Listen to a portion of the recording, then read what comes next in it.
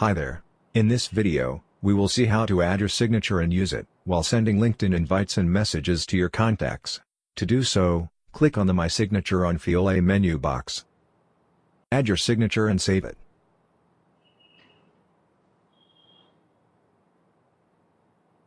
Fiyole saves your signature for future use. Now, to use the signature, click on the Yes button as shown in the video. From now on, your signature will get automatically added to all your messages. To see how it works, let's send a message. Click on Message First Contacts. As needed, type in a message to send. You will see Signature Added status at the bottom pop-up box. Now click the Send button.